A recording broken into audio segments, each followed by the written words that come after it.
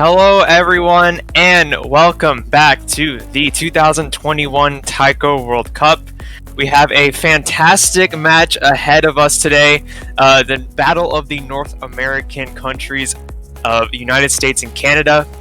Canada coming back from an amazing match yesterday, which we'll get into shortly.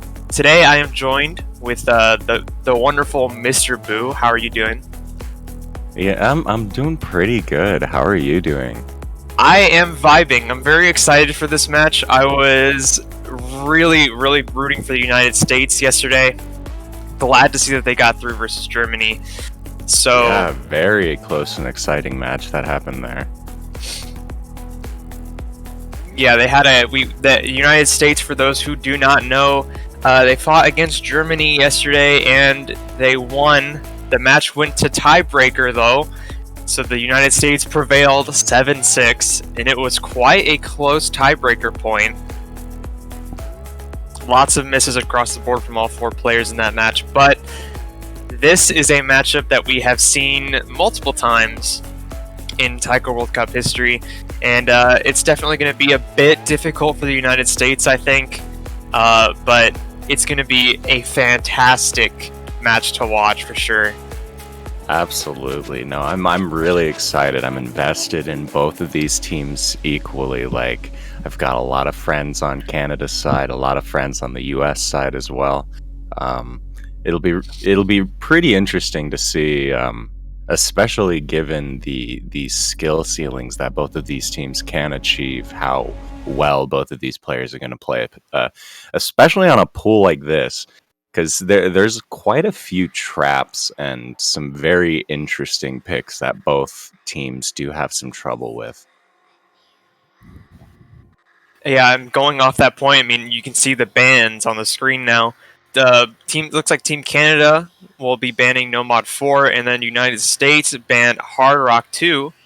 The Hard Rock ban from the United States is quite expected. The Canadian team is very strong with Hard Rock, and the Canadian team also banning the Nomad makes sense, because I feel like that is where the United States is going to have to make up their ground, if not anywhere else. Absolutely. I think Loopy going pretty strong quick off with Hidden 2. Which does make sense. I feel, just given the way that the Team United States does have some fairly strong hidden players, and I don't think Hidden 2 is quite as tricky. There's still some definite like spots on the map that can trip up either player on either team, but I think this is just, it's going to be a strong start coming from the United States. Yeah, when you break it down through mod strengths, the United States has a bit of an edge in hidden, I think, and then Canada has a bit of an edge on Hard Rock. I feel like if I was the United States, I would be afraid of the free mod pool. Loopy is a capable hidden Hard Rock player, but Janitor is as well. And you know, in the event of a free mod, all you need is Baisha as well, and you have a hidden Hard Rock. And that's going to be really hard to beat with two very strong players. But United States, as you said, I think they're off on the right track so far. They're picking Hidden 2. We're just waiting on the second Canadian player that will be joining, and it's going to be Barry. I haven't seen much of Barry here. Honestly, I mean, Barry is an asset for Team Canada, I feel like, in the later stages. But yeah, earlier on, not much of Barry has been known, but I do know that they're an extremely capable player. On Hidden especially, I feel like Barry can do quite some work. But yeah, I think Barry is definitely one of those players who shines brighter the harder the pool gets. I do recall that being the case last year with when the picks that he was used in, but On the other hand, we have the United States, Loopy and RJ, two very consistency kings. 100% the players region. that we would expect to see here. So we have 3 minutes of a map here, so there is a good amount of time for misses to be redeemed.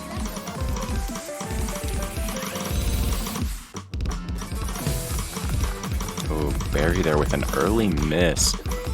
That's going to shove some momentum into the United States' favor here. Yeah, if we take an early look at the accuracies, it looks like Loopy and Janitor are hovering around 98%, almost to that 98. And then it really comes down to so far the difference between RJ and Barry. Very different accuracies there. Absolutely, yeah. I mean, we see Barry there holding around 93%. RJ was at the 95% mark, just teetering a little bit up and down. Now, Loopy did get that pretty big miss into the slow SV section, but...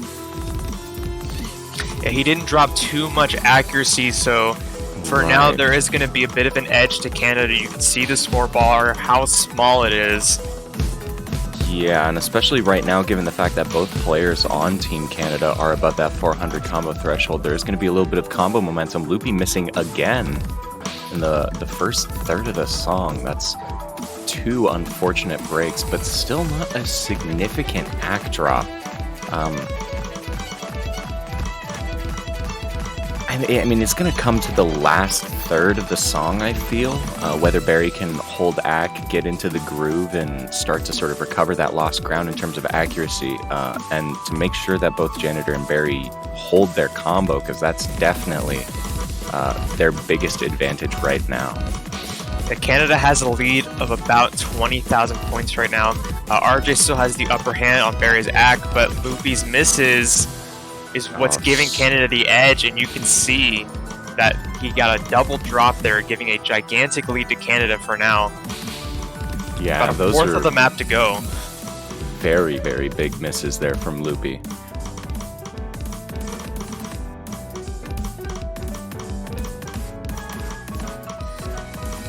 This is kind of a tough place to be for the United States. We're coming up on the last sections of the map. RJ holding quite well overall.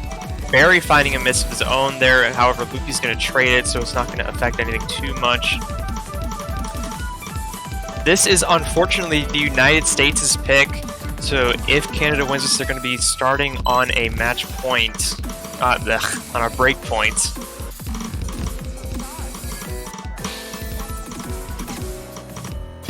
Oh, and just another miss, maybe 3 objects to the end to kind of cement the fact that Canada really ran with this break point very, very early on.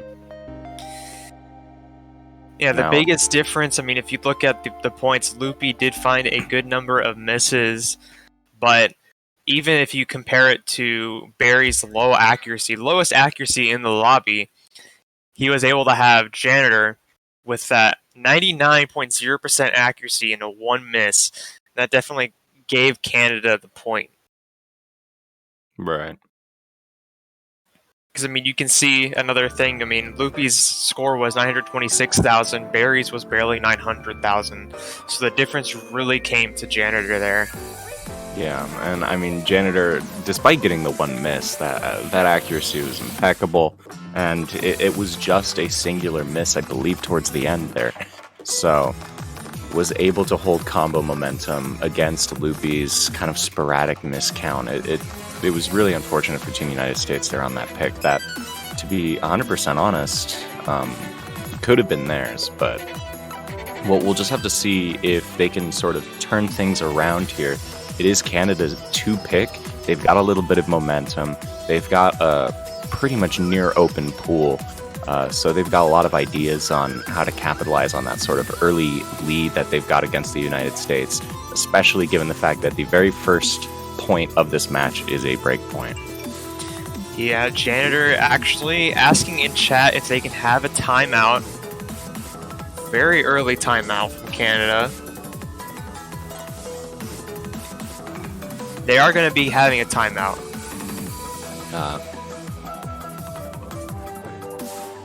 So,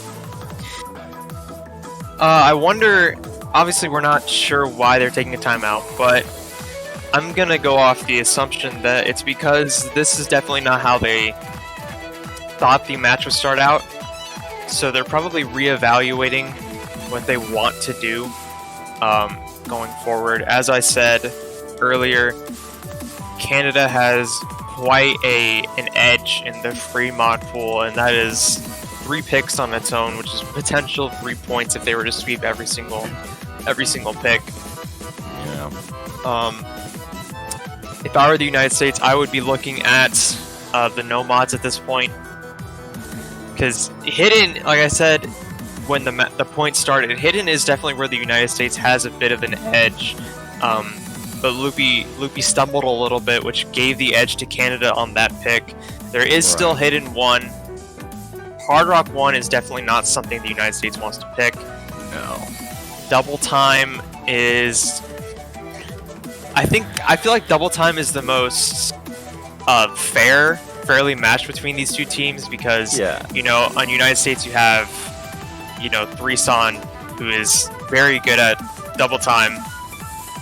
You also have Loopy, who is experienced with Double Time as well. On the Canada side, you of course have Janitor and Baisha. So I feel like overall, Double Time is the hardest pool to predict. Yeah. Now, Janitor gonna go with No Mod 5, kind of capitalizing on, in my opinion, from what I watched with Team United States versus Team Germany, United States' weakest point. Polyrhythm. Now, that depends on who's playing. It looks like we're going to see Cheese Salad instead of Threesan on Polyrhythm. If things don't change... Oh, well, never mind. We might see Threesan returning? Nope, never mind. Nope, they're just again spots. They want Churro on the... on the top, yep. Odd audio, yeah. Hit sound audio. But... when I watched the match with the United States versus Germany, United States had Threesan playing, and I'm pretty sure that was not what they were hoping for. I think that was just kind of like a stopgap situation, because I believe one of the teammates wasn't able to play, but it was interesting to say the least. What we watched, but I think with Cheese Salad now playing, things might be a little bit more even. Cheese being replaced, or Threeson being replaced with Cheese, actually makes a good bit of sense. Cheese is a faster player like Threeson, but unlike Threeson, he is much better at weirder snaps, 1-6, and these weird things. Like last year, he was the only person versus Canada to FC Groundhog. So Cheese definitely has his niche. I said niche, but it's definitely going to be a little bit better with Cheese in the driver's seat for this kind of map. Right. Now, I mean, okay, so Cheese is actually ulting a little bit more than Threesan did. I swear, I was watching Threesan play this map, and he pretty much single-tapped almost everything. But this is now, and we're seeing Nanners here with a 99.65 tying accuracy with Cheese Salad. In fact, actually, Cheese getting a couple of act drops below Churro, who I think is 1 or 2 100s behind Nanners at this point.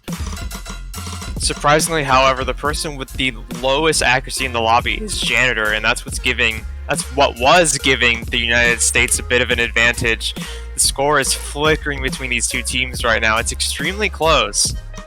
Yeah, extremely close. But there is quite a bit more to this map than the first half leads on to believe. Like, we already saw some crazy snapping fun with the first half, but the second half is also kind of insane, so...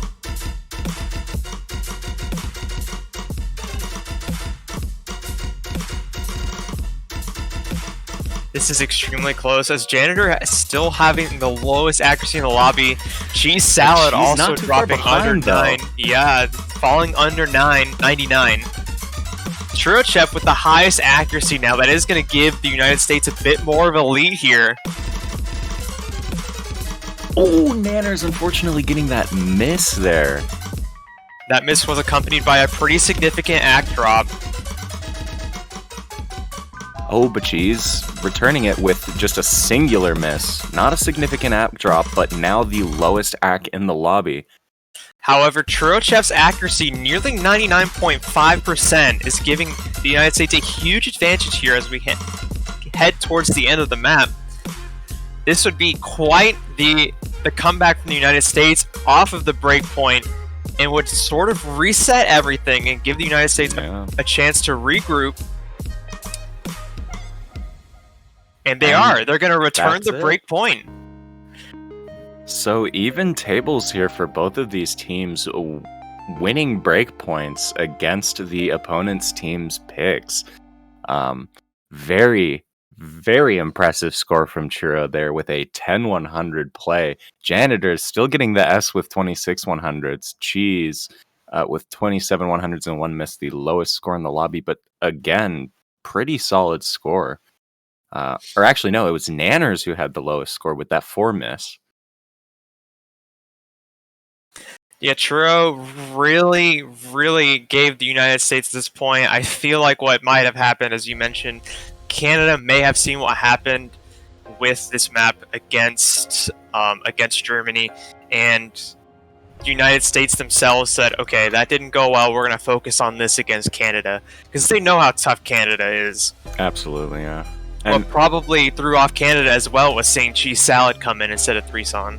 Right. Now, I feel like this might be a trap, but I can see the United States going with something like No Mod 6. They performed extremely well on No Mod 6 against Germany, but No Mod 6 is exactly the type of map that Canada is known for absolutely dominating. So it's kind of like a double-edged sword if they would go with something like that. Now, there are some other ideas. You know, again, the DTs are very even ground here. The free mods kind of gotta avoid, but they do go with DT1 here on Amanaguchi's Blackout City.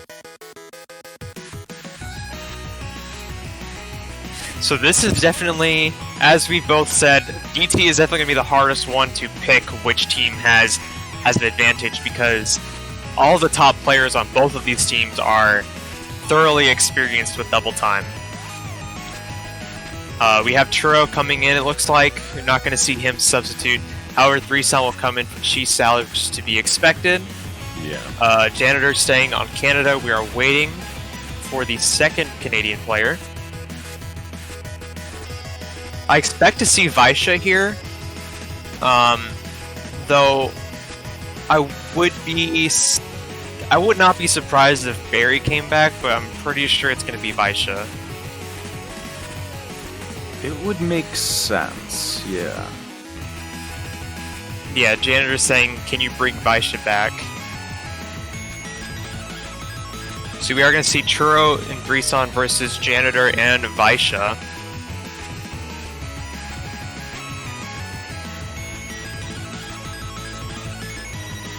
I mean, when it comes to Threeson and Vaisha here, they're pretty neck and neck with this style of mod choice, map choice in a tournament. I think it's going to be a pretty close battle of speed/consistency here from all of these players. And yeah, I can't stress this enough. I have absolutely no idea how this is going to go. Usually there's kind of some tells on either team to see, like, you know, we're going to be expecting this, barring nerves, barring like any sort of mental fatigue that's going on, or any sort of technical issue. This is entirely even. Like, it can definitely go either way, and it's going to come down to the fact that both teams are relatively even. There's not going to be so much mental fatigue on either team, especially considering we only have 2 points that have been played so far.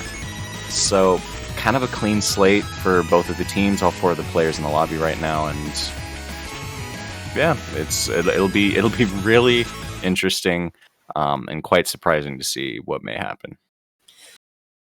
With some preliminaries on this map specifically, we have a OD of 7 with a double time act buff is going to be really difficult, so the accuracy is going to come into play here. That's where I feel like we're going to see 3Sun really help the United States, but there is only 2 minutes in the map, so not much time for things to go wrong for either team. You're going to have to be at the top of their games. Right. And a miss at any point of this map can be devastating.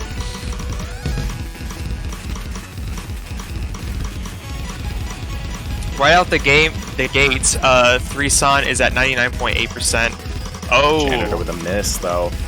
Yeah, I was about to dictate the accuracy difference, but it doesn't matter.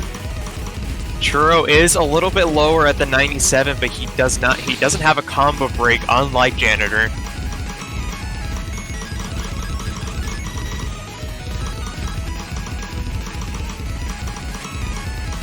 Yeah,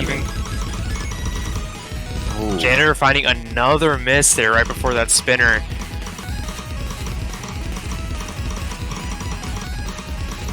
The highest 2 accuracies in the lobby are 3Sun and Bishop, but there's almost a whole 1% difference between them. That's what's giving... Oh! Churro getting a miss, but that's only 1 miss, albeit right at the halfway point of the map. Right now, Canada does have a slight momentum with combo here, but Churro Chef just continuously dropping significant chunks of accuracy here, despite the fact that 3Sun is pretty ahead on Ak over Vaisha here. Janitor holding 97.3-ish, and 3Sun with a miss.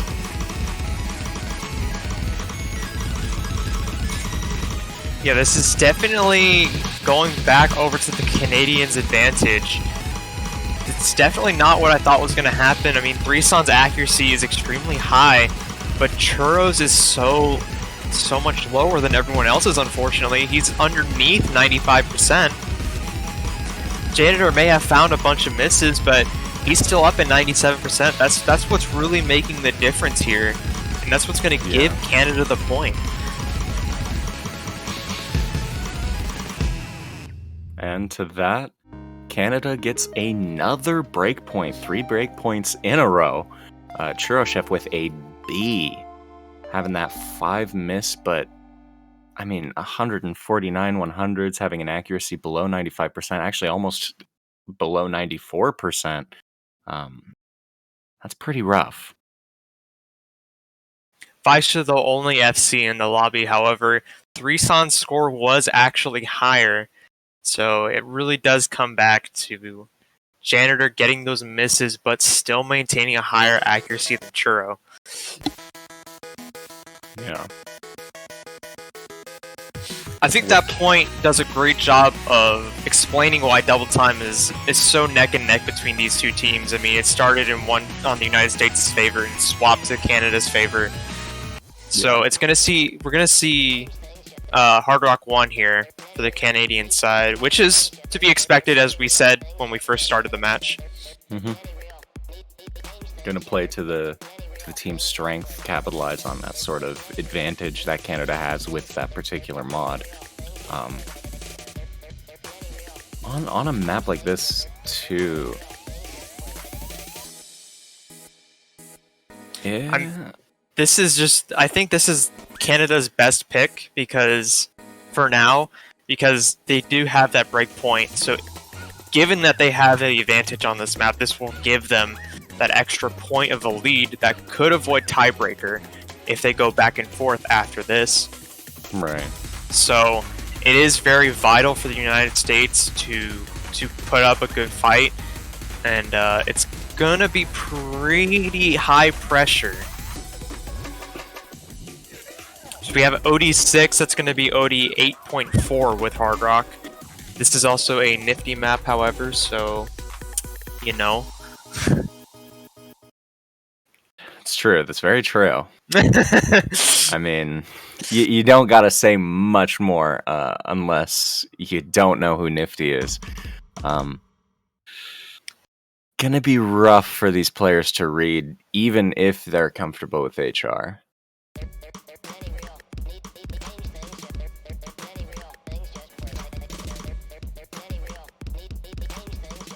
Janitor and Vaisha, as we said, are both very strong Hard Rock players. However, Vaisha's going to start with an early miss. Good introduction there. Just popping the miss out so early on, but you know, sometimes that can be considered a tactical advantage because they just won't miss through the rest of the song because their nerves are already gone. So I used to do that when I was playing taiko for PP. I would do that, but yeah, right now the score flicking back to the United States here for just a moment as we see, despite an AC difference that favors Canada here, the combo momentum just a little bit is in the United States' favor, but Cheese Salad does need to pick up some accuracy here if they're going to match. I mean, Janitor right now with what looks like a 3-100 play so far, Visha with a looks like a 5 or 6 100 play. Yeah, the difference right now is definitely coming down to Cheese Salad. He's the only player in the lobby down at 98%. We're really going to have to see... I was going to say, we're going to have to see another break from Vaisha, and we will. Oh, but Cheese returning it and getting a massive note lock there. That's like a mile of score for Team Canada to be pulling ahead there.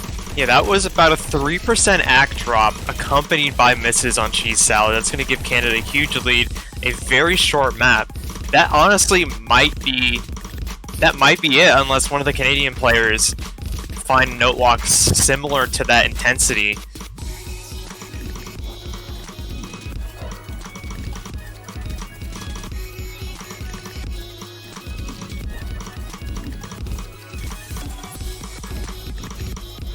Janitor and Shuro both above 99% right now. 1-100 separating both of those players, doing a fantastic job.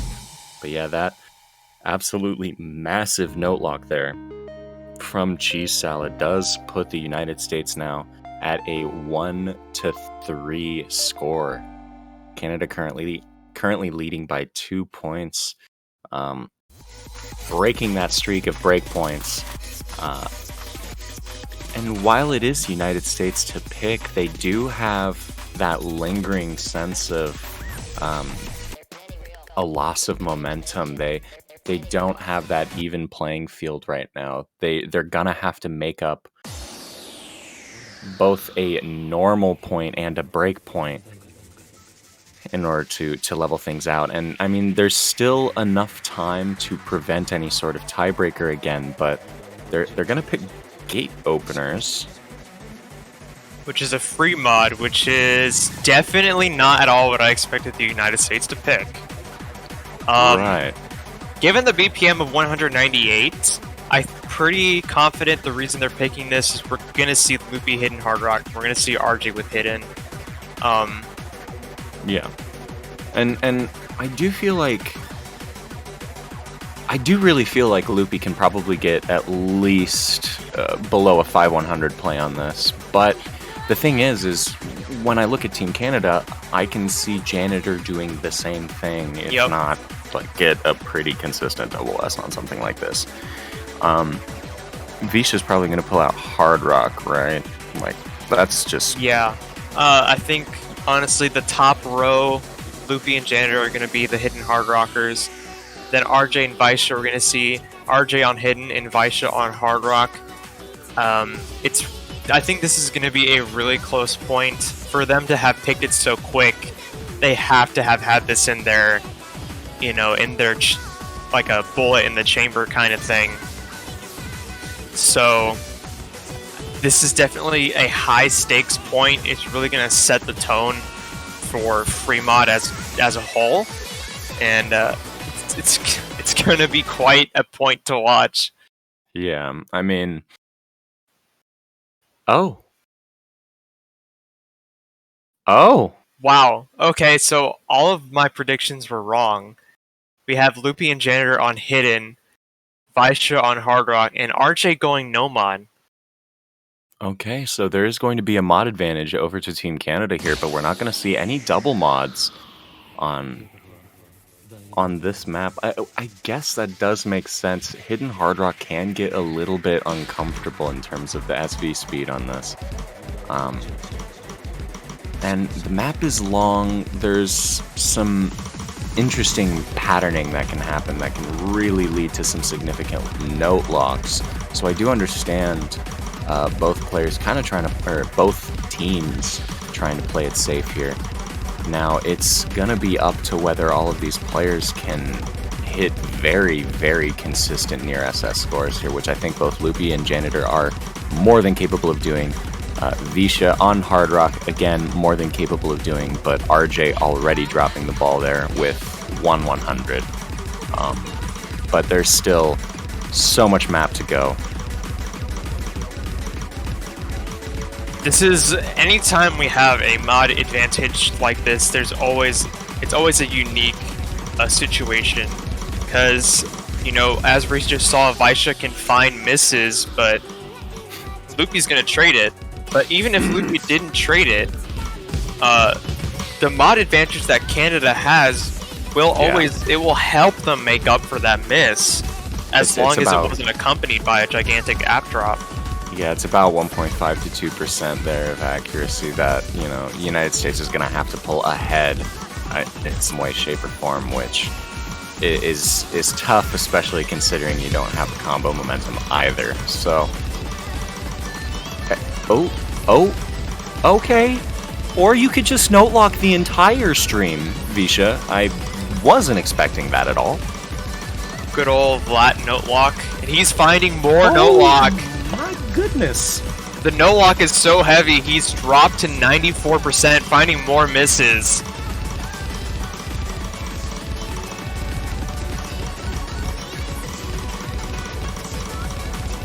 Wow. Okay. Well, that is I'm pretty sure what the United States needed. Now, okay. He's finding more no lock. Loopy finding a no lock of his own. Now, that was nowhere near the same level of a note lock, though. Yeah, Loopy is still up at 99%, so that immediately puts him in a better position than Visha. Right. Now, we do gotta point this out. Don't break it, but Janitor is... Okay. Be careful, man. Oh, well, see, you didn't even get to say it!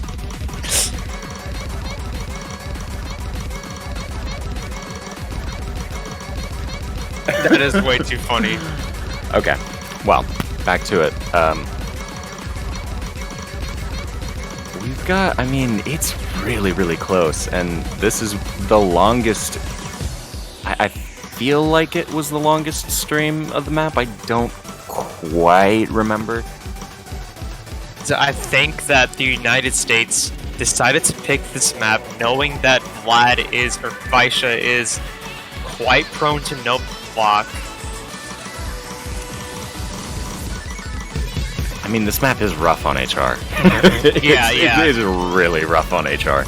You know, when it was picked, there was comments in the chat going on how rough this map is with Hard Rock. So there's not enough time for the mod advantage to kick in for Canada, so they're gonna have to see some kind of gigantic drop. However, the Janitor is gonna find a drop. Not too big of an accuracy difference there for Canada. I mean, as long as both of these players hold through the rest of this stream, I think they can afford a singular note lock, and they don't even get the note lock. That is a huge score difference there, with a 2 miss and an 11 miss. Actually, more misses than 100s from both Loopy and Janitor there, showing the power of note lock. It's worth noting out that Visha did not pass the map, actually. So that immediately gives the United States, score-wise, 1,000,000 points of a difference here. Bit of a runaway because of that fail, but, you know, when you have a drop as big as Visha's on Hard Rock, which also increases the HP drain, it's going to be hard to come back from that. Yeah, I mean, that was a mountain of missed objects. That was really, really hard to watch. Oh, never mind. He passed. He passed? Yeah, he passed. There was just funny client issue, I believe, is what it was. Maybe it was like borderline passing. Yeah, I think it was just borderline passing. Visha did get a 920k on that. Okay. So yes, no fail. He did not fail. Just a client thing. My mistake, my friends. So we're actually seeing the other double time, and One after the other. if you look at the length of this map without double time, 6.5 minutes. Janitor has a very good tweet about this.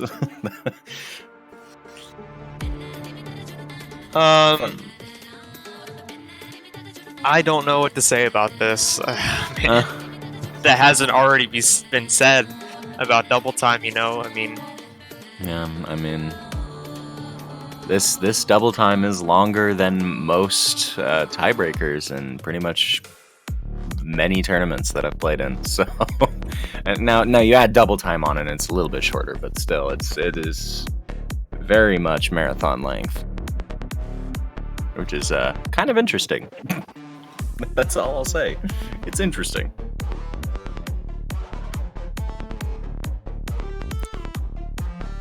So the OD is lower than the other double time pick at 6.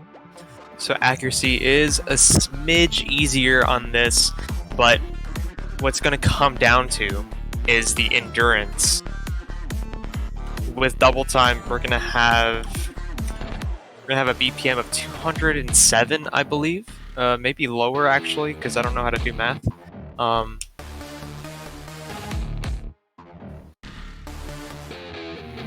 Half of 138 is math. I don't know. We'll see it on the stream in a second. Yeah.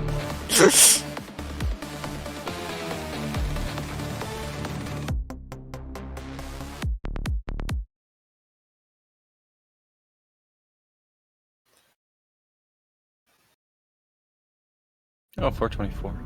It really does convert down a lot more than I would think initially. Like, yeah, it's 25%, but still, like, I just don't feel like the number goes down, and then all of a sudden I see it, and I'm like, oh, yeah, 424. That's actually. It's still really long. It's worst. longer than the free mod that they just played. That's fair, but yeah, I was expecting. I don't know why I was expecting over 5 minutes. It's hard to I've predict seen this, length. yeah. That's true. Math is hard. Math is hard.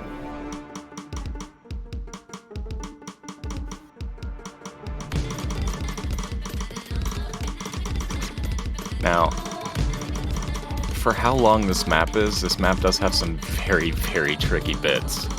So despite all of these misses coming out so early on, anything can happen. There's so much time.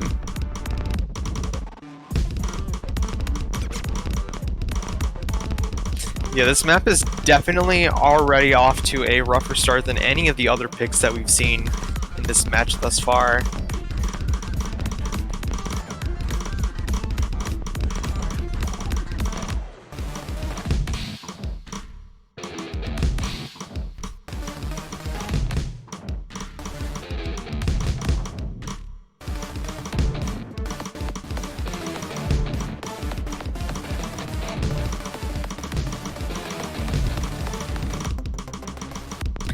So far, we're about 1/3 of the way through the map. Canada has a pretty significant accuracy advantage, as you can see by the score bar, nearing about 70,000 points. We're going to have to see not only consistency on the side of the United States, but they're going to also want to see some drops from the Canadian side. It looks like everyone's starting to get into the rhythm of the song, so...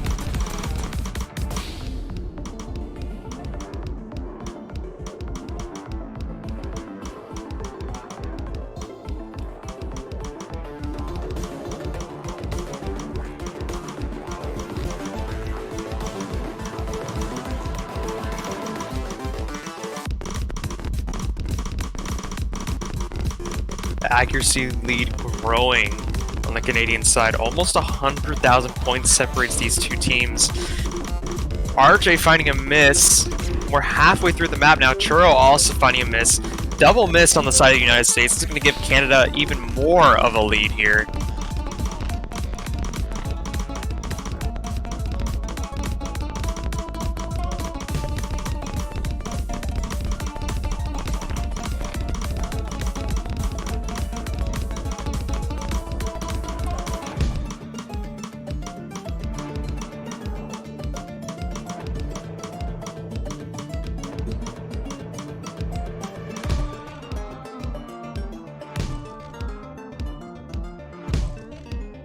One-third of the map left to go, 130,000 points separating the two teams.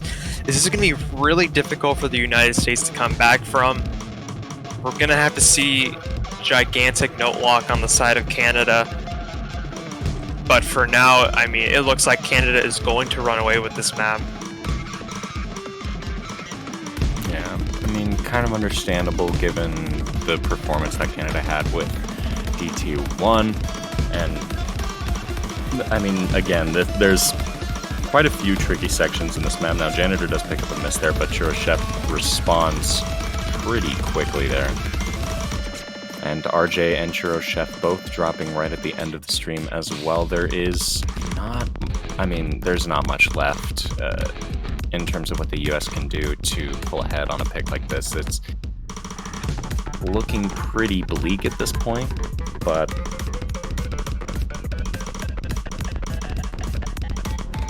I mean, it was kind of expected after the performance of DT1 that it's not the same style of map, but at least in my opinion, just kind of looking at it, it's kind of testing similar facets, just a different snapping, and of course, the big thing that it's testing is the length of being able to play a map like this, like the kind of consistency, although, I mean, I don't think it's long enough to be truly testing consistency with only OD6 as well. I would kind of expect OD7 base, but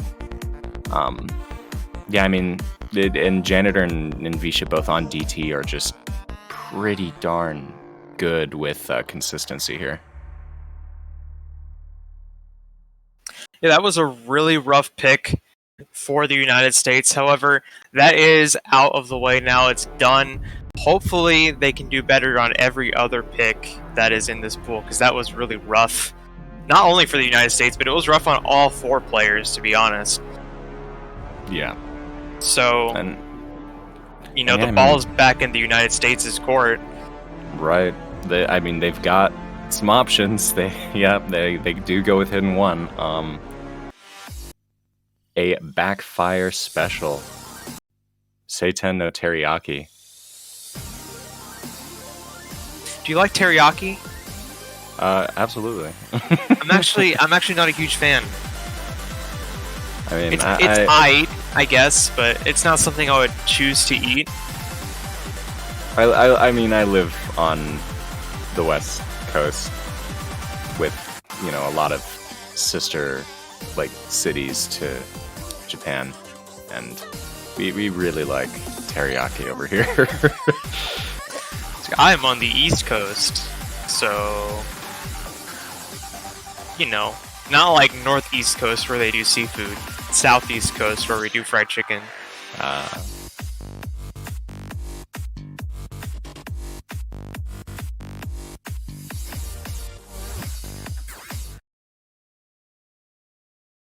But yeah.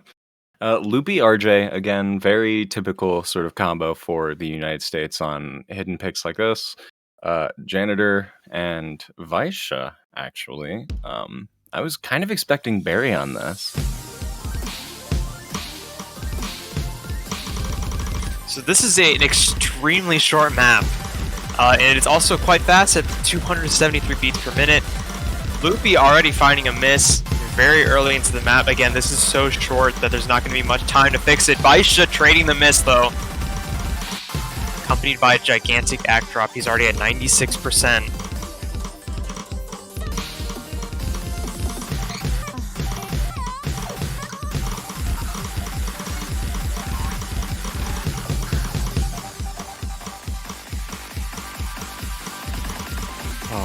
Janitor still holding double S here. Loopy and RJ pretty close with accuracy and not too far off from Janitor. It's just that monolithic sort of accuracy difference from Visha here, as it is kind of increasing as well with the low SV section. Now RJ is dropping pretty much a full percentage point, Loopy holding quite strong, and Janitor still doing pretty well. I don't want to say anything specific, but... Well, RJ found a number of misses there. He's finding some more, which is gonna let Visha run away with the score difference here. You can see the scoreboard getting gigantically in Canada's favor. That's so unfortunate for RJ there. There is not much time for anything else to be changing here.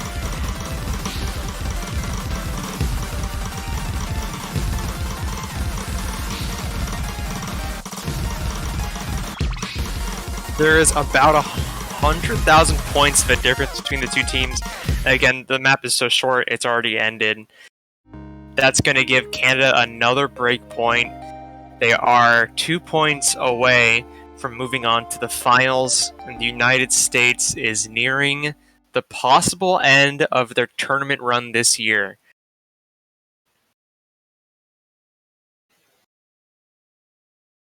So the United States being backed up against a corner, Canada now with quite a significant amount of momentum. They're 1 point away from securing a tiebreaker, whether the United States likes it or not. And now they're dipping their toes into no mods. And in fact, no mod 2, before the United States, which is actually kind of...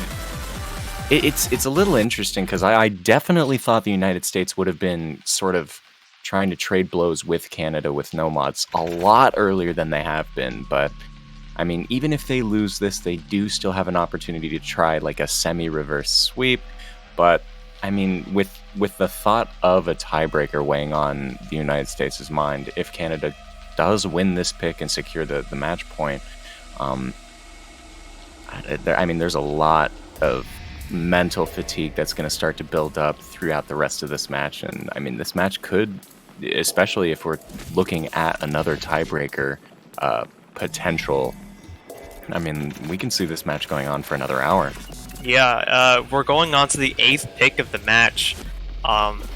This match has been going on for just about 50 minutes. There's definitely got to be some fatigue on both sides. The United States is dealing with that extra pressure of being down 3 points. So this is going to be an important point for the United States. If Canada takes this pick, they will be at match point. And as you said, it's going to go to tiebreaker no matter what happens.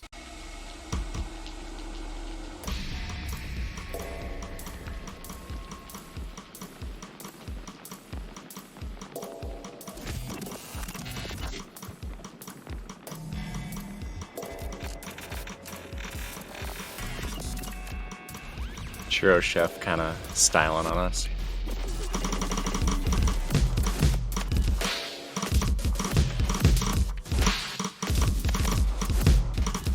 Now here we see Janitor dipping below 99% before any other player there, with a little bit of some early struggle on Act.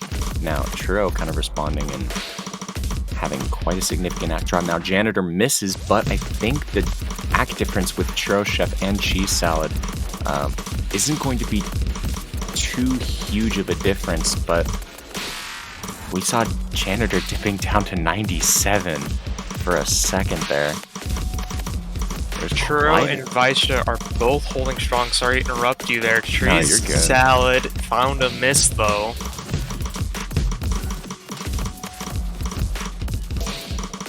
Yeah, it's going to be really close. Like, the bar doesn't do it really that much justice there on the bottom. There's so much technical map still left to come. And Visha actually finding a miss as well.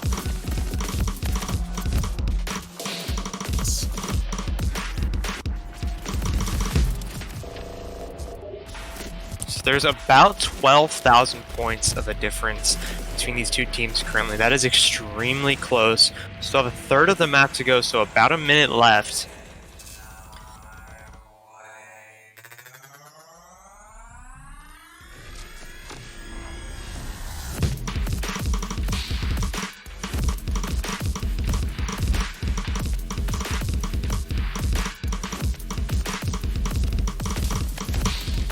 right now with Canada's fairly significant accuracy lead with, I believe, around 1 or over 1% of a team ac lead for Team Canada. It's going to require at least a break or a significant act drop from either Janitor or Visha here on this final section. It's about 1/6 of the map left, I would say. Oh, that was Churro missing. Yeah, I was gonna say the difference is the United States is really gonna have to look to Visha for a miss, but Churro's the one that found a miss, and it looks like Canada is going to take this point, putting them at match point, 1 point away from moving on to the finals of the Taiko World Cup. United States looking at the end of their run. It is their pick. This is the most important pick of the match. Could be their last of the tournament. Right. Securing that tiebreaker, whether the United States likes it or not, so much pressure is got to be on the United States here, because if they lose even 1 point from this point onward, that's the end of their run, which, I mean, all things considered, was very solid this year, but I mean, the U.S. got put against Japan. I mean, the odds were stacked just a bit, but like, I mean, if I were them, I mean, the kind of useless, but if I were them, there's ideas with Ricky Bobby, like, and that's what they're gonna go with. Yeah, okay. At least we get to see Ricky Bobby. Whenever we talk about gimmicks, I think it's important to point out, again, like Double Time, both teams are very seasoned at gimmicks. Yeah. I mentioned this earlier, and I'm going to bring it up again because this is the exact same thing that happened a year ago. 1 year ago in GWC 2020, US and Canada went up against each other. I think it was either quarters or semis that Groundhog was in. Cheese Salad was the only one to FC. It was a very close point. Canada pulled it out with Barry, though. I thought we were going to see Barry. That was kind of my segue into saying I expect Barry to come in, but we're going to see Nanners instead. Also, not out of what I expected. Nanners very, very solid on these kinds of maps. Very consistent with pretty much just memorization and just reading notes that aren't there kind of deal. Now, it's 3san and RJ on Team US. Was that the team that played during the match against Germany? I don't quite remember. I thought I saw Loopy. Well, after their match, they easily could have reevaluated who they want to play. Someone else could have practiced it more and gotten a higher score. This is match point for Canada. Yeah. Now, if I'm just gonna go ahead and throw it out there as a prediction, early on as I possibly can, I think Janitor's gonna get the double S on this. This is just his map. This is his territory. Oh, Nanner's there picking up a miss on this invisible notes.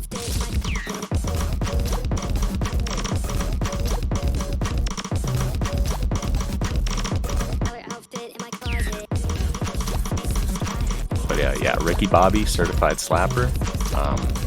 Love the map. Oki did a phenomenal job on it. One of my favorite SV gimmicky maps, barring Katajet.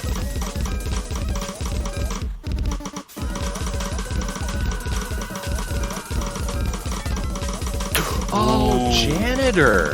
And RJ, though.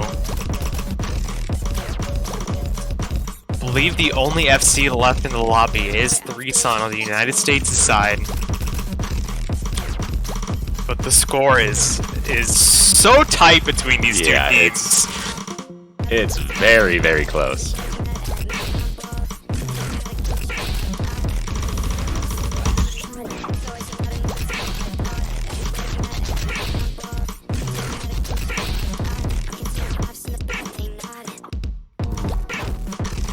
RJ, those 100s, you didn't need them.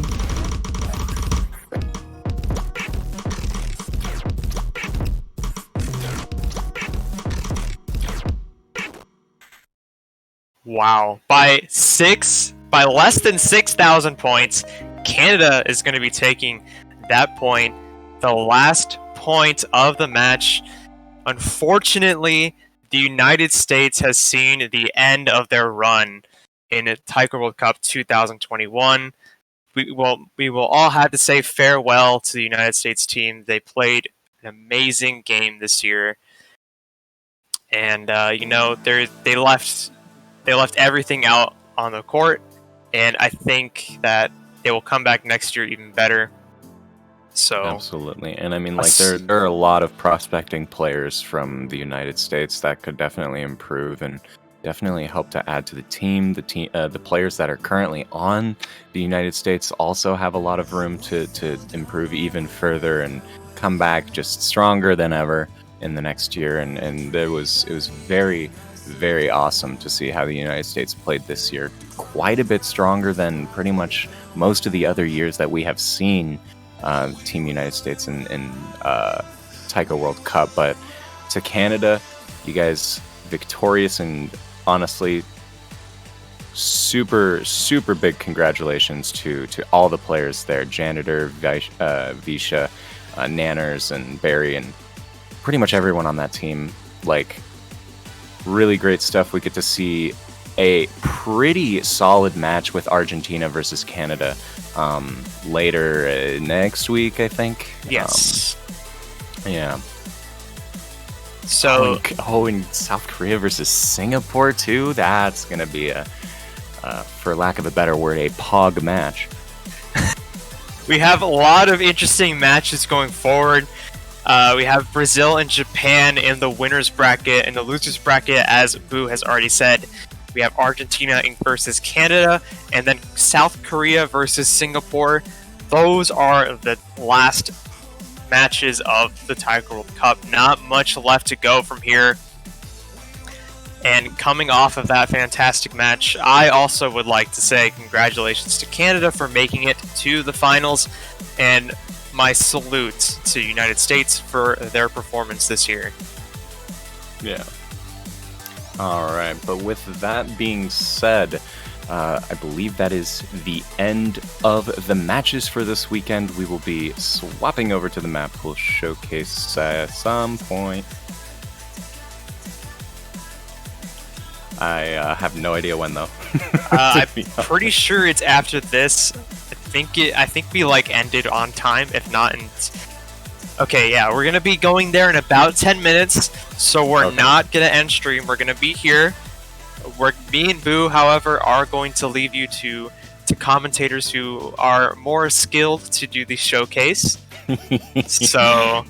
Yeah, you don't want to hear me do a showcase. Yeah, me neither, honestly. However, on that note, I had a great time.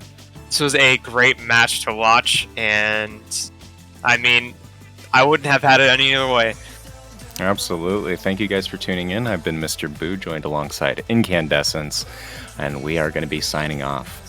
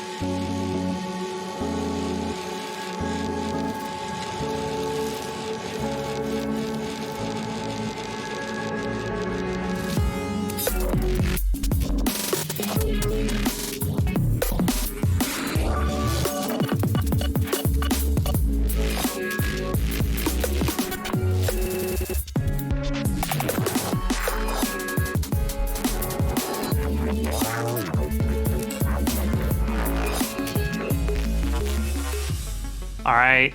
Thank you for your patience, but it's time for the OS Taiko World Cup Finals Map Pool Showcase. I'm Mangamizer, and join with me today, Beat. Good morning, everybody. It's nice to see a brand new week. It's nice to see a brand new map pool that's going to be waiting for us, and I can't wait to dig right into it. Yeah, this weekend actually has been really exciting. We saw very competitive matches. We saw 2 tiebreakers actually this weekend. But hopefully, this is fingers crossed that we managed to step up the map pool in the right way this week. Especially one that doesn't result in Hard Rock 2 being banned in almost the entire weekend. Thanks. It was noted. Right, without further ado, let's dive right into No Mod 1. This is Camellia Screw OO Screw. This is an Agu map, or Rofo. This is the consistency map in the pool. Clocking in at 228 BPM, 2 minutes in length, OD8. This features finishers, high SV, and multiple 1-6 bursts. There's the first major 1-6 burst. Oh, and doublets. First thing to note out is that this is an OD of 8, which is a considerable step up from last week's pool. Yeah, we'll be seeing a lot of higher ODs this pool. One thing that's apparent is that this is a direct successor to last week's World Not Excused. So this is faster and harder in terms of SV, and the bursts are more tricky. So it's just the upgrade. Like, this is just the next level. And we'll see how the players go when the time comes.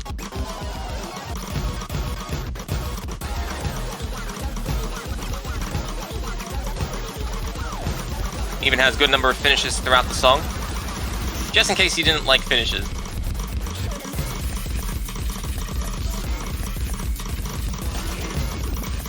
Yeah, some of these 1-6 bursts are quite tricky, and we're about to transition into a pure 1/3 stream, which can catch out some people. There's also a lot of SV fluctuation, just in case it catches some people off guard if they don't time the snapping change correctly.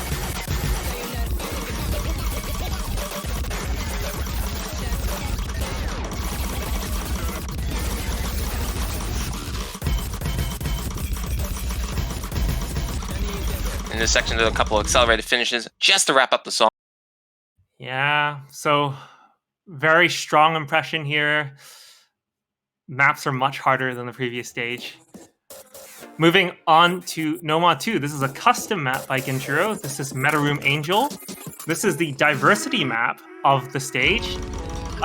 This map is split into 5 sections. It's got a bit of everything.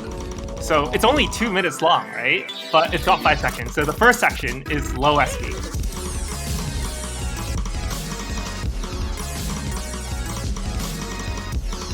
Looks fairly straightforward. It's mostly 1-4s in the slow section. Up until about here, where things start to switch up, as you see a couple of 1-6 woven in between the 1-4 pattern.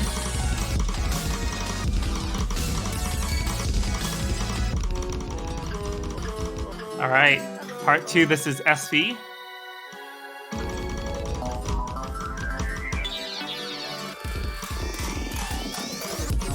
So we've got some weird timing. So it's actually very easy to lose act here, as I found while playing this map. It's certainly not the hardest thing to read in the world, but definitely is going to be quite a challenge.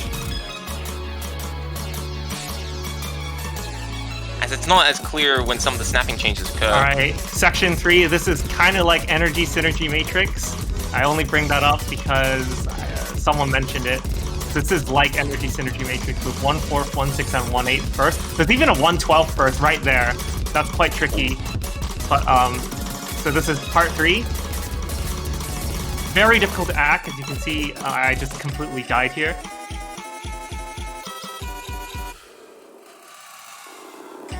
But it's okay, you don't truly die until you break. All right, section 4, speed. This is the equivalent of 332 BPM. It only lasts for 10 seconds though, and it's not too difficult in terms of patterning. It's quite repetitive actually. And then final section, we got some finishers interlaced in this awkward stream, and I'm really struggling hard.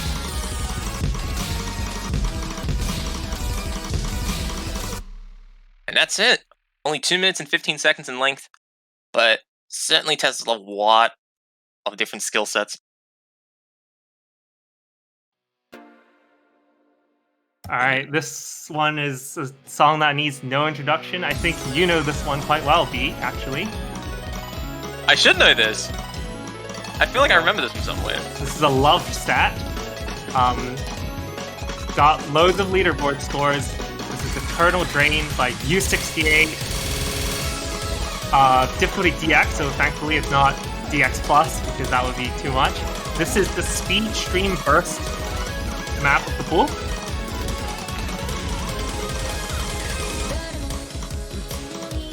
You know, when I was setting the replay for this, I just kept missing for some reason. It was really funny. Like I FC'd the first time and then I got really bad at it. And then I had to play it a couple more times. It was really funny. But anyway, this is the equivalent of 298 BPM. And it's just got 1/4 stream. So quite difficult on the longer streams because it requires good hand speed.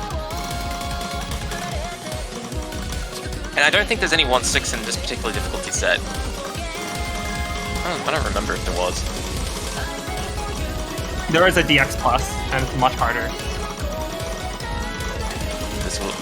This will certainly still be quite a fair challenge. Some of the streams are quite long, like this one upcoming. Like, there are long streams, and it requires you to maintain hand speed. So unlike sort of in the previous stage, sort of the no-show Sakuretsu girl, these patterns are much denser, although arguably this map can be considered easier for some if they have the hand speed to manage the map. The only saving grace in this particular map set is the OD of 6, but actually quite low on the accuracy demanding. But also might give room for players to don't block.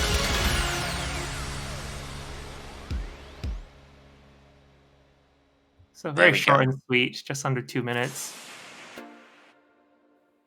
Moving on to No Mod 4, we have Blood Rave by Dubscribe S. This is a very famous Taikoholic map from Taske. Even comes with storyboard, although I do wonder the necessity of the storyboard. It's just sort of in the corner there. It's just the sound wave of the song. I'm actually not sure why there's a storyboard. I actually advise turning it off because for me it lags out my PC a little bit. Wow. Yeah, I've noticed what it looks like. Also, you may have noticed in the replay that I actually got 2 misses on this. Yeah, I was in a rush to get the replays out, but this is the maps are getting hard now. Like we're gonna start seeing misses in the replay. Yep, this is the first miss. Of all the map pool showcases so far, there's not been a single replay that had a miss yet until just now. Yeah, but anyway, so Blood Rave Final Sketch Remix. This is OD 7.7 at a length of 3 minutes. This is, as we just saw, the first minute is low SV accuracy, but once we hit the Dawn verse, we're going to transition to 1/4 plus 1/6. And it's going to be like this for the rest of the map. It's a considerable speed up in terms of reading. Move into this section of the song.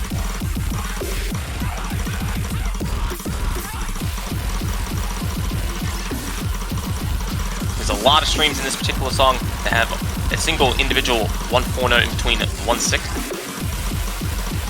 So, for me personally, this is sort of like a step up from... It was No Item to Endpoint from 2020 and Megalaura Garuda from 2019. This is sort of the evolution, so it's just harder. Higher OD, more difficult patterns.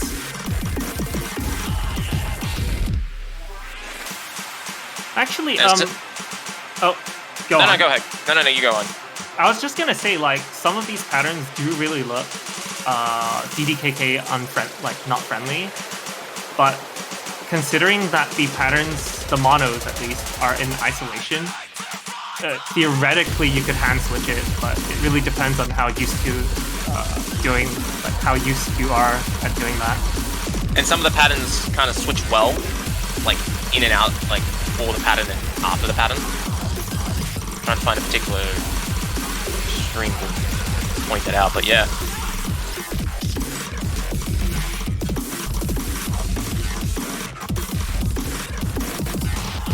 The song is about 3 minutes in length, the longest that we've seen so far in the no mod pool. Yeah, the no mod pool this stage is actually pretty short. We kind of dipped into a bit of the DT pool in terms of length, because this is the longest map in the no mod pool. Oh, yep. But that doesn't mean it gets any more easier. Right, you want to take this one? Yeah, we'll go with this song. So, up next we have none other than Feel Seasickness. Second Chameleon song in this pool. Clocking in at 1 minute and 55 in length, an OD of 7.5. This song is what could be best described as real tech. A lot of doublets in this song with alternating color patterns. And look at the BPM range. Yeah, and the BPM range as well, ranging from 82 all the way to 248. And even in some of the more stable sections like this, there are a lot of like odd snapping times, which will make it quite challenging for players to hold good accuracy. Yeah, some of these snappings are very interesting. 1/3 with 1/4, 1/6. It's got it all, and then we're about to transition to a low SV section.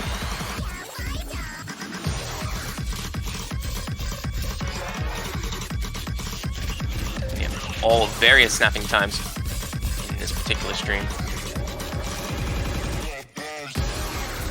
And it only gets even slower in this section. A bit of overlay. Not giving players the fullest amount of time to react. And after that takes place, we move on to one of the more faster sections of the song.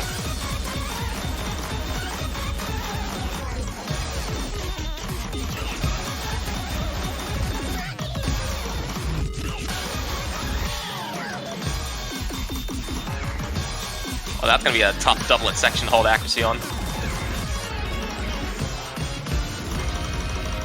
Finishing it off with a major drum roll slider. Thank you, Rize. I really did not want to play this. It made me feel seasick. So thank you for taking this one on the showcase. Doing you a solid.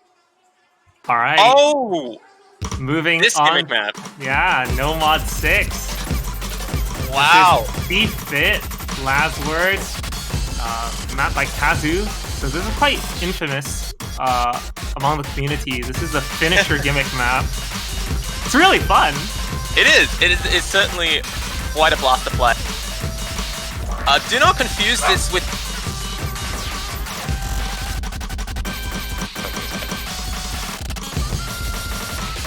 Yeah, but C-Fit is sort of continuing the trend with Ricky Bobby in the previous stage. We believe that some gimmicks should have, appropriate difficulty. And don't confuse this with the other very similar map set. This is actually the original difficulty of Bicolor Airline. Some players might remember this map from different tournaments. This is not the same difficulty. Yeah, it's actually more difficult. We'll actually make that clear when we publish the map pool. Oh, I love those finishers. They are great. There's a good number of finishes in this song. None of them are nerfed. It's got a few tech elements as well. Yeah, this gimmick map... Yeah. Sorry, I was going to say that this gimmick map is certainly much more of a hybrid, and then you see this section and you're just like, hang on a minute. Wait, what? You don't have to hit all the finishers. Of course! Okay, Gohihi, what are you doing? That pattern, it may very well result in a couple of bans.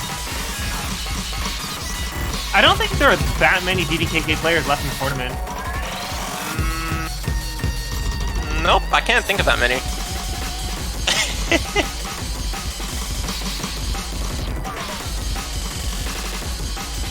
This is a much better map than Made of Fire from 2020. Yeah. And it also has an OD of 7, which is pretty much the standard at this point. So you're not getting much luxury from the accuracy side of things. And that is the end of No Mod. Moving on to Hidden 1, we have Theory by Yuto, a Tay map. So we saw Tay earlier in the round of 16, and he's making a reappearance. This is the slow hidden map. In fact, I don't actually think we've actually had a proper slow hidden map in the pool yet. Yeah. Closest to that would be X-Slow in quarterfinals, but that was actually quite speedy. A brisk pace. I'd say it's a brisk pace, but this is proper slow hidden. And you'll see why once we move on to Hidden 2. Also, there's a slowdown. In case this wasn't slow enough, this is, what, 146? And it's slowing down to 102 BPM? Well, you'll notice that the SV didn't actually decrease, but the BPM is lowering. So the SV remains constant. Ooh. So we're not gonna bully people on 102 BPM. Even though we could have done, but I think that would have been a bit overkill. I see. So you're making it easier on the reading side of things, but it's still just as uncomfortable to slow yourself down. It's slow hidden. I can see this being sort of a target for being banned. Because it is slow hidden. Slow hidden has historically been quite unpopular among players, but wait till you see the other maps in the mod brackets, and then you might reconsider. I think this is one of the tamer maps. Well, at least in terms of SV changes and whatnot, it certainly is more on the tamer side of things. Because unlike other SV changes, which are usually used to distort like the playing field or the reading field, it's actually kind of used to stabilize it, to adjust as the BPM gets slower, which is not usually the case. But certainly a very tough Hidden 1 map. Alright, Hidden 2! It's R176 by Cranky, but oh wait, it's different! It's a 7-7 remix, mapped by 7-7 himself. R176 TWC Anthem, we're back! Whoop whoop! Guess who's back with a vengeance? None other than your favorite friend, Polygon Dog. Yes, R176, I don't know, this is probably like the 8th time it's appeared in TWC, but this time it's a bit different. This is the TWC National Anthem. Standing and evaluation. Yeah. In contrast to Hidden 1, which is slow, this one leans on the sort of the speedier side. I'd just like to mention on stream, thank you 77 for agreeing to make a remix of R176. This is actually really hype, and we hope players enjoy this a lot. But as you can see here, lots of 1-4 delays with 1.6 at a heightened SV. And also an OD of 7.6. I wonder where that number came from. Oh, I was gonna say why wasn't 7.7, and then I realized. But yeah, the song is 2 minutes and 41 seconds in length, very similar to the original R176. All right, that's the first half. Now we're gonna transition into the speed up. Oh yeah, because it's gonna get much faster. So it's started at 190, and it's over the course of the next 10 seconds, it's gonna ramp up to 300. Quite literally. Oh, wow. Good luck to players reading this section.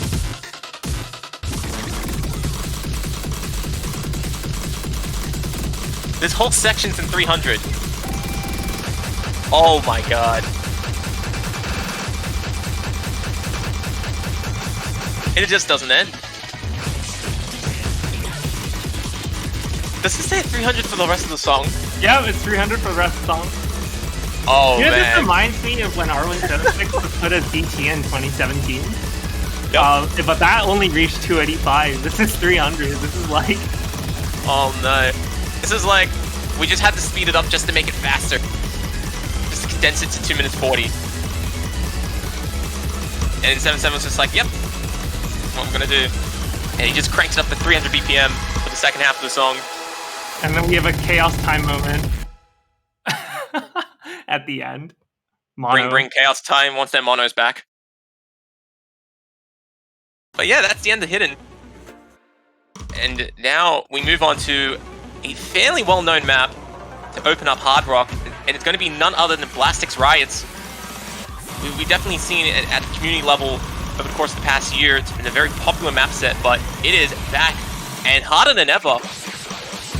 As I believe it's the first time we're seeing this as a Hard Rock pick at Werewolf Oni difficulty. Werewolf? So, Where Oni? Where Oni? I can't read, it's 8 AM. Yeah, so Blastix Riots 256 flat HR, OD 9.8. This is speed HR. This is the next level of HR. We believe players are capable of tackling this speed at this stage. This is actually fairly straightforward because it's one flat SV. Although some of the longer streams may be quite challenging for some players. And it's also at 256 BPM. Definitely no joke.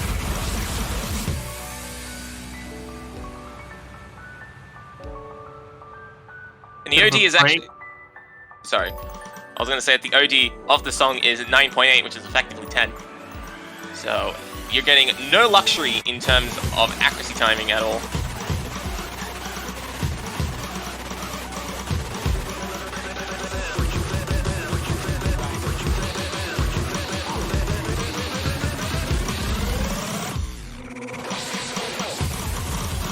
But some of the patterns are a bit easier to read.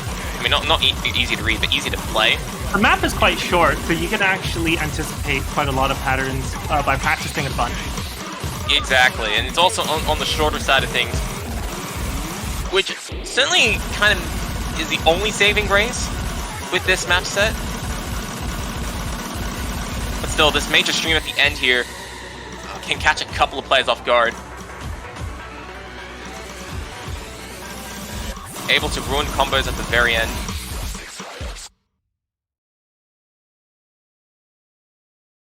And there we go. There's the end of Hard Rock 1. Alright, if you thought Hard Rock 1 was challenging, moving on to Hard Rock 2, we have F1055 by Silent Room, mapped by Hirokei. This is the ranked set, so the top diff. This is sort of the semi-tech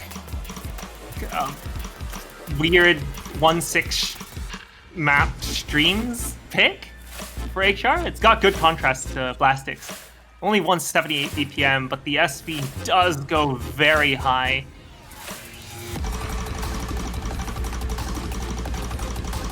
Oh yes, and Silent Room is a featured artist. Gotta mention that. Gatori mentioned a featured artist when we use a featured artist. Right, as we can see here, consecutive 1/6 quads interlaced with 1/3 and 1/4 streams. Very tricky to maintain accuracy as it is OD 9.8, just like Blastix Riots. So no luxury for players in terms of accuracy in this Hard Rock pool.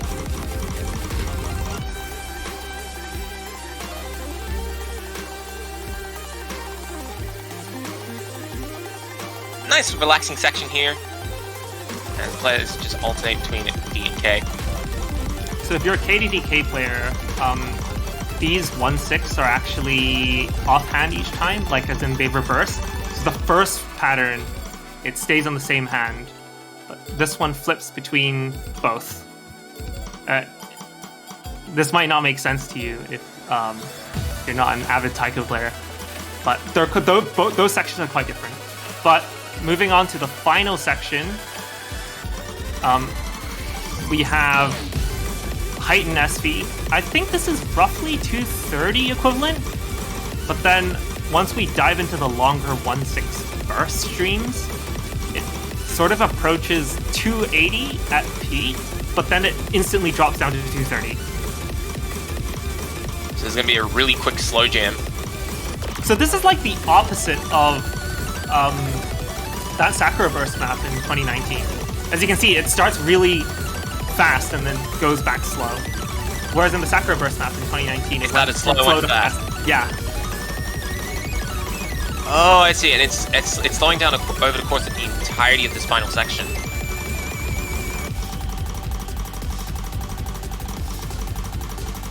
And not as long as that map from 2019.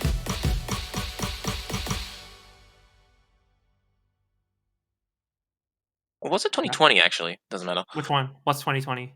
Sakura's map. I'm pretty sure it was in last year's. Sakura? No, it's 2019. Oh, okay. I would know. It's all good. All right, now both double times are actually quite lengthy. So this is the shorter of the two double times. Sort of leveraged map from the No Mod. This is a Dragon Force map. Symphony of the Night by Raiden. This is the rank set. DT, this is Stamina Streams. So it's built up on the Fruko map.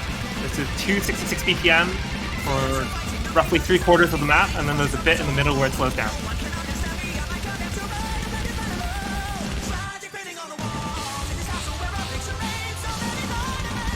Yeah, so very long streams, but considerably more basic, like in terms of patterning compared to the Fruko map from the previous stage.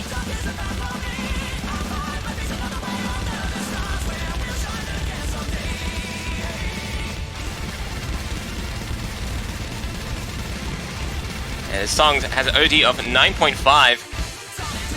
So that's OD6 with DT. Yeah, OD6 with DT.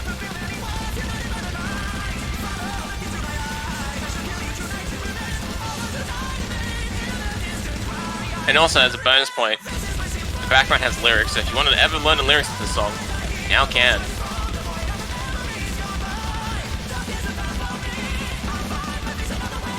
Yeah, so 266 streams about 12 BPM faster than when the Flesh unfolds in the previous stage. But I think people will have an easier time passing this map, especially as the caliber of players increase in the final stage. And this is a ranked map set. It's somewhat familiar to the players, especially at this level, with who are left in the tournament. So we got the slow section. I've seen multiple players accidentally choke because of the slower BPM streams. They can play fast BPM streams, but because of the lower BPM, the OD is relatively speaking higher, so it's very easy to find misses and chokes here. And I totally expect people to miss here. Yeah, certainly. Although it is easier to read, of course, the slower BPM will certainly catch a few players off guard, especially when they've spent the past 2 minutes familiarizing themselves with a much faster environment. Dude, I'm so washed up. My act is so bad. It's okay. We're all washed up. All right, back into the streams. This one's a fairly long one. One of the longest streams in the song goes for about at least 300 notes, and there's only maybe 10 notes max. Like, great. Certainly quite brutal. And moving to the final section of the song here, and certainly a much faster speed up. Especially as the song approaches its crescendo. Yeah, but that's the song. So 3 minutes 30, longer than any of the no mod maps. I'd like this stage for your players to consider the DT as an extension of the no mod pool. And then in terms of map length, it will make a bit more sense. Because with DT2, we have an even longer map, clocking in at 332, I believe? 344. 344. Well, it's got a bit of an intro you can skip, so it's actually just over 3.5 minutes. This is Ringo Uri no Utakata Shoujo. There, did it. Cilia by Cilia. There's a Mintong map, so you guys may have remembered in quarterfinals, It's called Fairy Tale. It was 291 BPM in 2019 quarterfinals. Oh, okay. It's mapped by the same person, and it's by the same artist as well. So the mapping style is quite similar, but this is 338 BPM. One of the fastest BPMs This is the fastest. in the pool. This is the fastest BPM. We're clocking it up. So last stage, the highest was 310. Now it's 338. The only saving grace for the players in this map, OD is a bit lower than DT1, only 9.17, which 5.5. 5.5 OD base, yeah.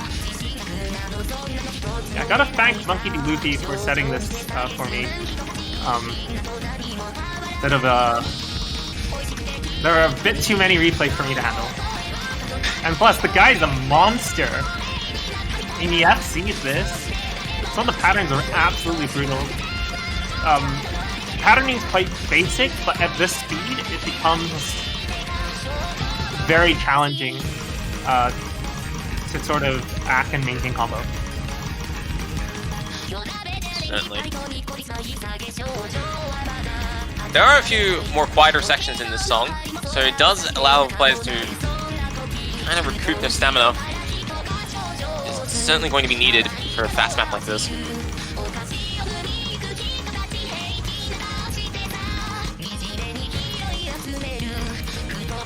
A bit of a lower SP section.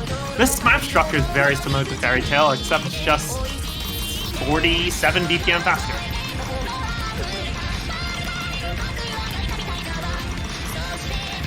We do see some longer patterns though. Some of the streams are quite brutal.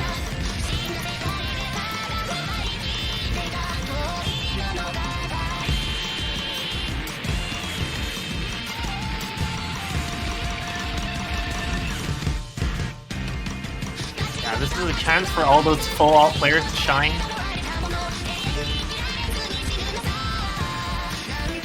There's also a fair number of finishes in this section. Not that many though.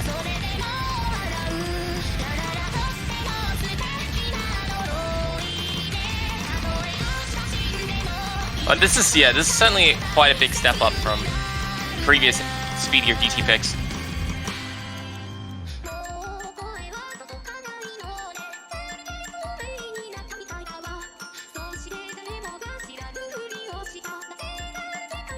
Although, unlike some of the other maps in the previous DT picks in this tournament, there's certainly a lot more variety in terms of like map density and so forth.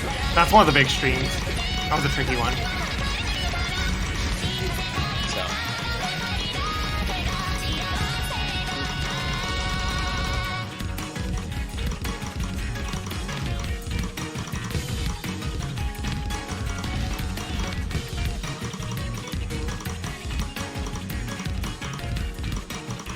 Song having a very straightforward finish at the end here, bringing double time to a close. Before we move on to Free Mod 1, just want to say a lot of people have been telegraphing this for the longest time. I promised a new style of map, and going on to Free Mod 1, we've got How Are You by Groovecube. This is a completely new style of map. This is Gimmick Free Mod. This is the freeway map. So there are... How do I explain this? So, depending on the mod you pick, you will get a completely different experience.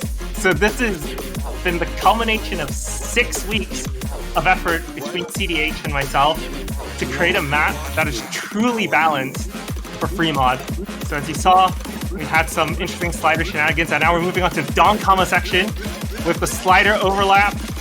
There's just so much going on in this map. Right, moving on to the far lines. Reading the far lines and then playing immediately after. On no mod, it's fine. On hidden, it's exactly the same. On HR, it's slightly more difficult because of increased OD and the far line facing. I'm actually quite speechless. This is insane. All right, transitioning to the super low SV section, which ordinarily would be impossible for hidden, but we've got bar lines delays by 2V. Wow. So actually it's doable for everything, and it's actually easier on HR. Right, moving on to the slider head section, obscuring your reading. This one's really hard for HR. The rhythm is very tricky. Alright, finally a break. Also, my don't God. ask why the background's Turkish Darth Vader, just Google it. Right, back to Dampama. The base OD of this song is 8, by the way. So, actually, it actually helps hard rock players because taking hard rock and going up to 10 is a much smaller jump. Right.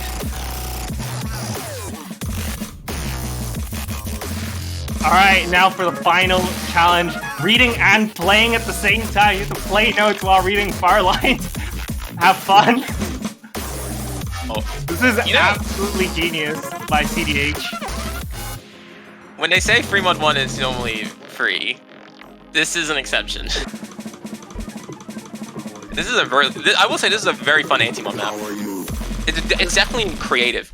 Put it that way. This is not anti-mod. This is three-way mod. Depending, it's like literally 3 maps in one. You need to play it for yourself to do it. My commentary will not do it justice. Just play it with mods and find out what you enjoy. Oh boy, that's gonna be. Imagine hidden hard rock. Did you factor for that? Yes, actually, it's doable. Okay. All right, I'm really out of breath, so you take this one. Okay, don't worry. Well, moving on to free mod 2, something a bit more straightforward. We have none other than Pensilino, mapped by Kureki, clocking in at 3.5 minutes in length. There's an OD of 7, HP of 5, 172 BPM, and a star rating of 7.31. Oh, I'm so sorry, by the way. I'm just going to interrupt. Both Culprit and Dictate are featured artists, as is Groove Cube in Free Mod 1, who is part of Tiny Waves, which is also a featured artist. There. All good. This map is definitely a lot more tech-orientated. As you can see, a lot of very odd snapping changes. Some of which is a bit of the norm at this stage of the tournament. Quite a fair bit of it is a bit unique compared to other tech maps in the pool. Yeah, this is actually a slight edit of the map, which is 1.6 base SP, so it makes it balanced for both hidden and hard rock. But like you said, it is very tech heavy.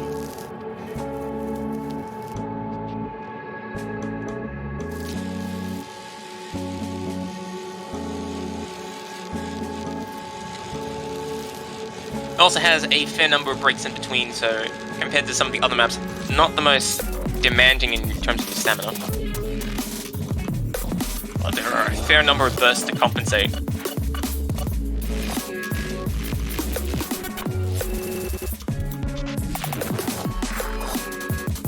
Yeah, some of the snappings in this are quite interesting. It's probably one of the more techy maps in the pool. Being only being beaten out by Feel Seasickness in the no mod.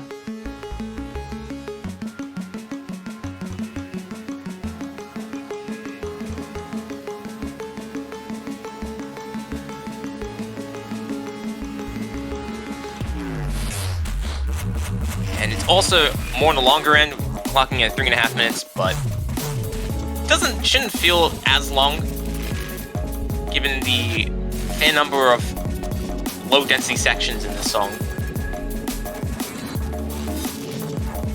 Although it does provide a good opportunity for players to try and stack on more mods if they can. Although at this stage of the tournament, Hidden Hard Rock is looking very tricky. Yeah, Hidden Hard Rock is looking like a major yikes.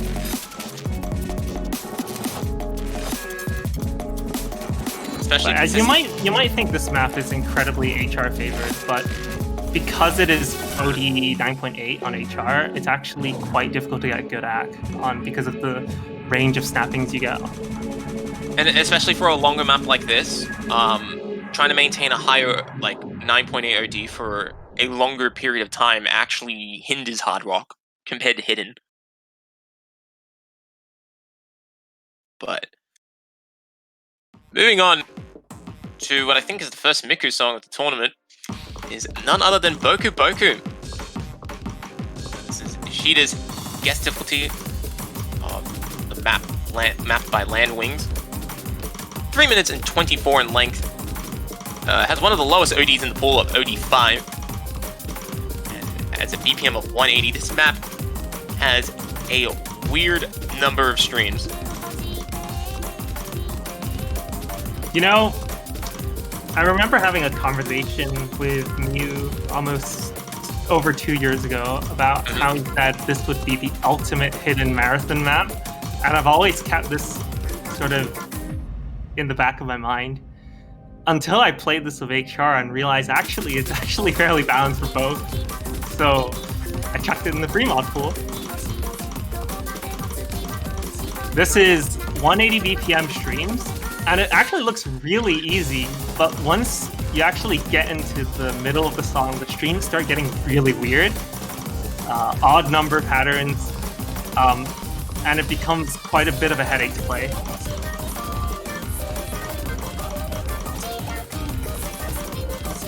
Yeah, so far this actually looks pretty straightforward.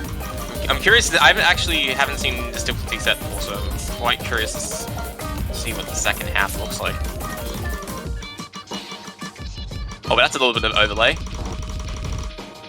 A very small amount. Right, diving into the weird patterns.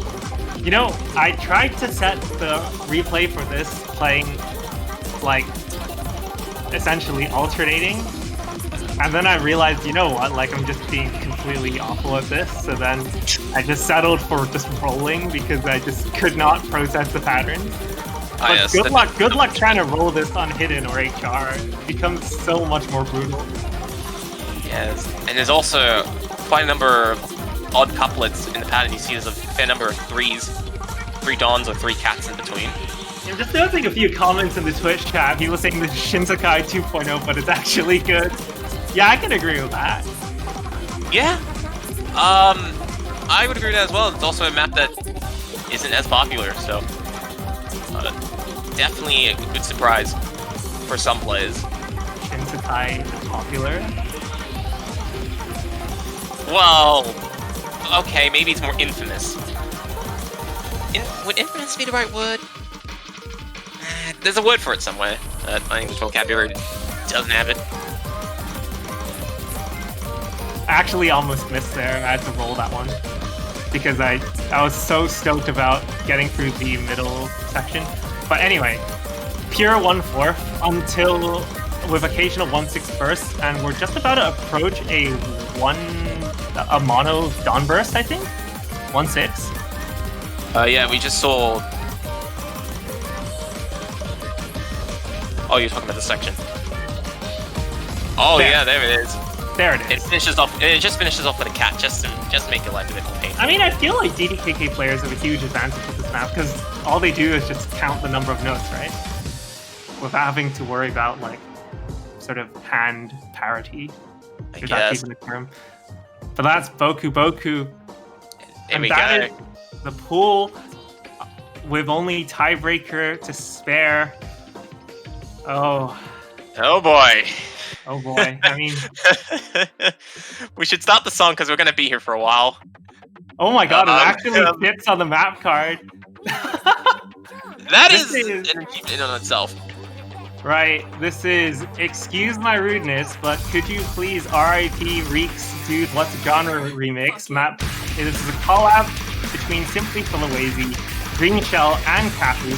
Difficulty is pardon my influence, but could you please enjoy Capuchello Wazy's Taiko flavor? Question mark. Now the question is, will it fit on the other Taiko card in the map pool? This is a very diverse song. Reeks remixes tend to have a variety of sort of speeds and genres, and so it's very suited for tiebreaker, even though it is a bit on the long side, clocking it at just over 7 minutes.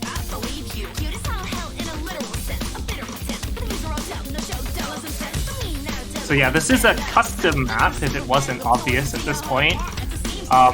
And it's also got a custom background. So I believe What is that? I'm actually not 100%. I'm not 100% sure, but when the map is uploaded, I'm sure you can check it out. Right, so the intro is fairly straightforward, and we're just about to get into the first difficult section of the map. A bit of a build-up. Extended build-up. Alright, 1614 first. I'm salty I have a 1 misplay on this.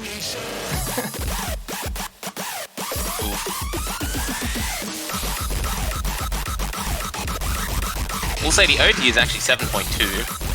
So it's actually going to be quite scary just to even play a very diverse map like this.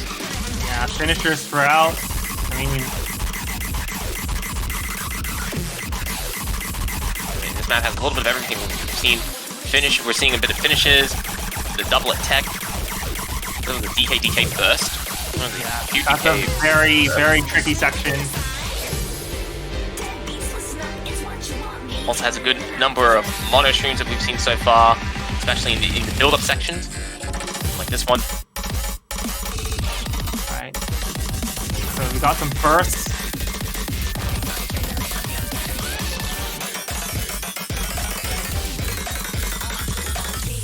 Also, this section is a bit more on the slower side, so it might bring some difficulties for hidden players.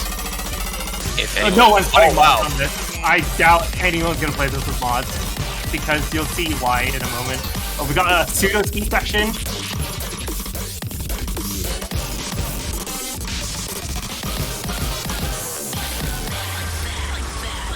So a good number of gimmicks already interlaced into this song.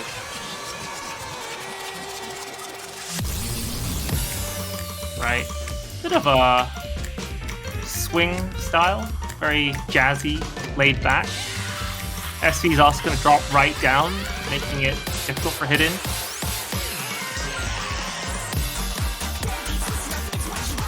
Jazz wants their music back. They've managed to find their way into this section of the song. See, there's a couple of 1/8 bursts in those patterns. Right.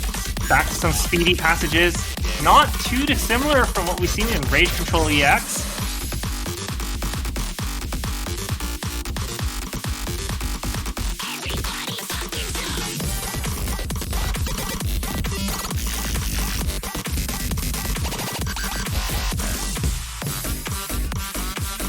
And it only gets more exciting here.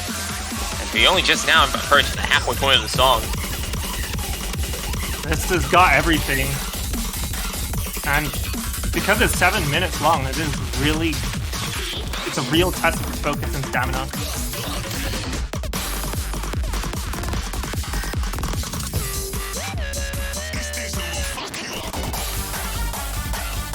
And even in some of the easier sections of the song, Right? Big stream coming up. That changes BPM. how high does it go up to? I think roughly 240.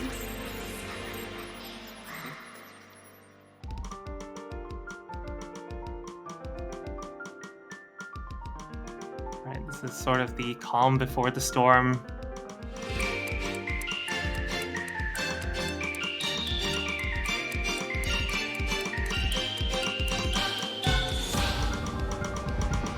Major build up here. Let's see what is going to be in this section. Oh, that is some really fast tech.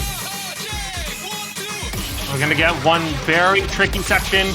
This is so hard to nail. Oh, wow, that is very tough. All right, we're approaching the final. We're approaching the climax of the song. This is one hell of a burst.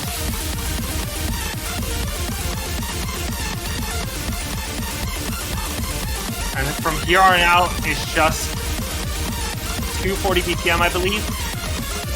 Although with some changes throughout, longer streams and sort of 1/6 as well. It's gonna get tough here. Your miss is coming up. Let's see. One challenge to catch people off guard. Yeah, I don't know why I missed there. That was a really random miss. Whoops.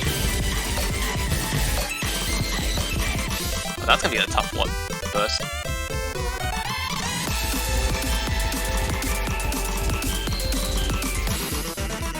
we're not done yet. No, we still got another minute to go. What genre is this gonna be?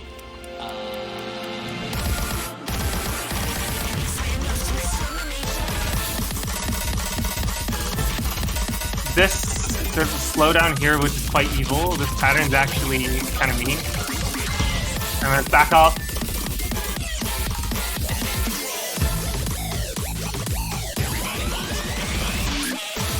Honestly, with the constant shifts in BPM, like, it really keeps you on your toes.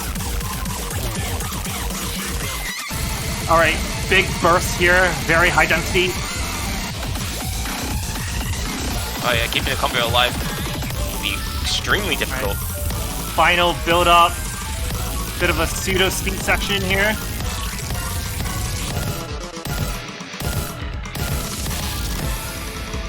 There we go, it's the end of the song.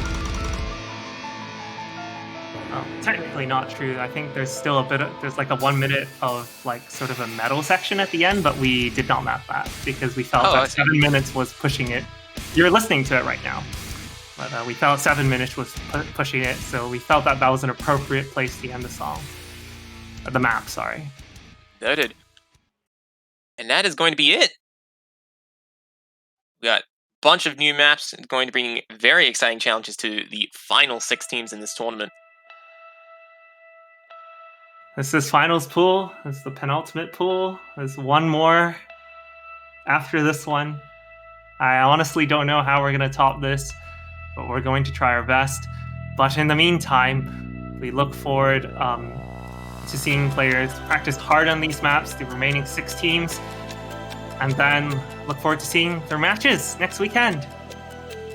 It's going to be a very exciting weekend ahead. Cannot wait. And I hope you all are excited to check out some of these maps as they all get uploaded in the next day or so. Next few hours. Probably within the hour, actually. All good. We try to be quick on these things. Just pay attention. This is the message for the players. But definitely keep an eye out for the announcements over the next few hours. But I think that's a wrap. Thank you for tuning in this weekend for the semifinal stage. Thank you all for watching, and that's it. Take care. That's it. Take care. I'm Beat4320 signing off with Megamizer. Thank you all for watching, and see you all next weekend.